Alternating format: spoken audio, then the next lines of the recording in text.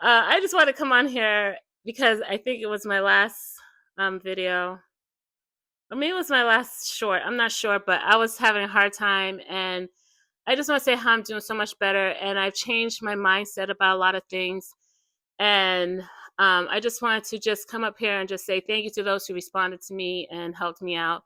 I'm now doing more for me. Um, this may sound silly, but my daughter wanted to go to the movies today, and she wanted to see Obsessed. I'm like, and she wanted me to go with her. Like, nope, I will not go see that movie. I don't do horror movies. I like to sleep at night. And I suggest she didn't see it. She's like, but I want you to go to movies with me. I was like, well, pick another one. And the one movie I want to see that she suggested that we want to see today was Toy Story 5. I sometimes forget I'm watching a cartoon. I really do, but it's like it's a learning lesson. I mean, you learn a lot from some of these kid movies, and it was actually a good movie. If you haven't seen it, I say anybody can watch it. That's just my opinion, but yeah. So go back to what I was saying.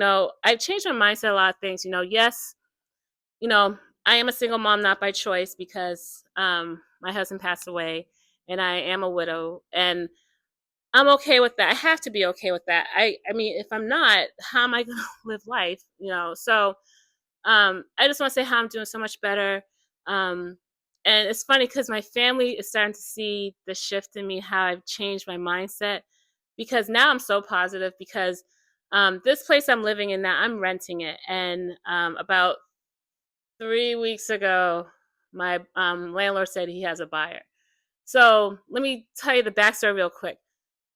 So I live in a duplex, and the other unit, it looks just like this one, it's just flipped. And so I came home one day in April. I saw the for sale sign outside of my place, and he never told me. So when I went to go pay my rent, I asked him about it. He told me about it. Yes, he's selling. He said he will tell me and let me know when he gets a buyer and all that stuff. That day when I came home, mind you, this was April of 2025. That day I came home and I prayed. I said, Lord, let him not be able to sell until I'm ready to go.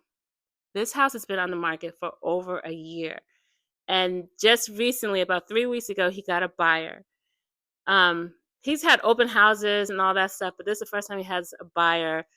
This is the first time that they had to see my side of my unit. And then he had a banker appraisal come in, and they were taking pictures and stuff. And so my family's saying, Nene, what are you going to do? How are you going to find another place? Because I live in a very expensive town in Massachusetts.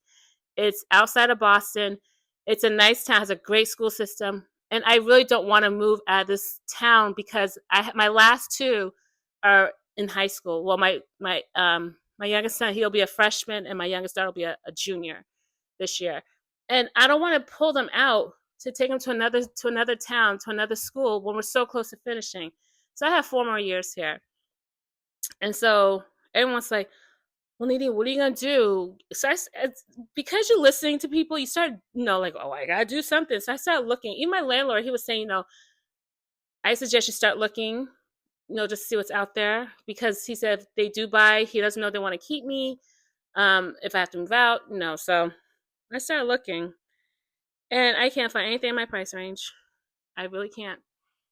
And so then I started to get worried. I was like, nope, I'm not doing this. I am not going to worry. What's worrying going to do? Nothing but stress me out. Excuse me. Because in the Bible it says, like I saying, don't worry about tomorrow because tomorrow has enough worries of its own. And I'm just like, you know what? I'm not going to worry about it. Because I changed my mindset, and my family's like, so Nene, I was like, I'm not worried about it. God knew this was going to happen. God's in control. And I'm just going to trust him because he knows this is going to happen. He already knows what the outcome is. And I'm not going to worry about it, And they're just like, wow. Because I'm like, there's no point. There's no point in worrying about it. And so I stopped worrying about it. I stopped looking. If it's God's will, if it goes through, then I know God has a plan, and God knows what I need to do and where I need to go. But again, I'm still praying that this whole possible purchase will fall through, and he's back to square one. And I know that's selfish of me, but I'm just looking out for my kids and me, But I'm like, it's okay. No matter what the outcome is, it's okay. And then last week I had all these car issues with both my cars. I have a 2010 Toyota Venza. Yeah, it was my husband's car. Someone actually gave us this car, and I have a 2022 Honda Pilot. And the Toyota, as you can see, it's 16 years old. And I prayed ever since we've had that car. It's like, Lord, I pray this car will last every year, another year, another year, another year. And I still pray every year, another year, another year. And it's been lasting because I'm taking care of it and I'm getting maintenance. And so there were some problems with it. And so I took it to my mechanic. He fixed it. Then my car, the brakes are grinding. I knew it was going to start because my mechanic warned me, said in a couple of months, you're gonna need new brakes. And it happened to be the same week the Toyota was giving problems. So my brakes are grinding. So I sent it over. I had to get the rotors and the brakes replaced. And then when I picked up the car, well, he called me. My mechanic called me and said, Nini, your car's ready. Come pick it up. He said, did you know there's a recall on your car? I'm like, what? So I was like, okay. So I picked up my car. I called the Honda dealership. I brought it to the Honda dealership the next day. They had to keep it the whole day. And they dealt with that, and that's done. And now everything's running smoothly. And today, my washing machine wants to act up. I was like, when it rains, it pours. And I'm just like, you know what? It's okay. It's okay.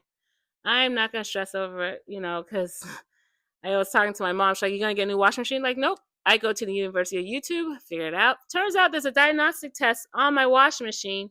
You just need a code to figure it out. I found the code, figured it out. It's running a diagnostic test right now. And hopefully it will solve the problem or tell me what's wrong and maybe it's a simple fix. I'm all about trying to fix it myself before hiring someone to fix it. Um, I know, again, let me just say this first. I know what my limits are. And there's certain things, I can't fix. I know that. But it's some simple, I'll try to fix it. But I just want to share that I'm doing better. And because of my mindset has shifted and changed, I refuse to worry about things. I just continue to go to the Lord. And the one Bible verse that I am constantly saying is 1 Thessalonians 5:16. Rejoice always, pray continuously, give thanks for all your circumstances, for this is the will of Christ Jesus. And that's what I do. I do. I literally, and people know, I have a tattoo that says, praying queen, because I pray a lot. I pray. And I thank God for my circumstances. I thank God that, my car's giving me problems, but I thank God that I have a car to drive. I thank God for the home I have.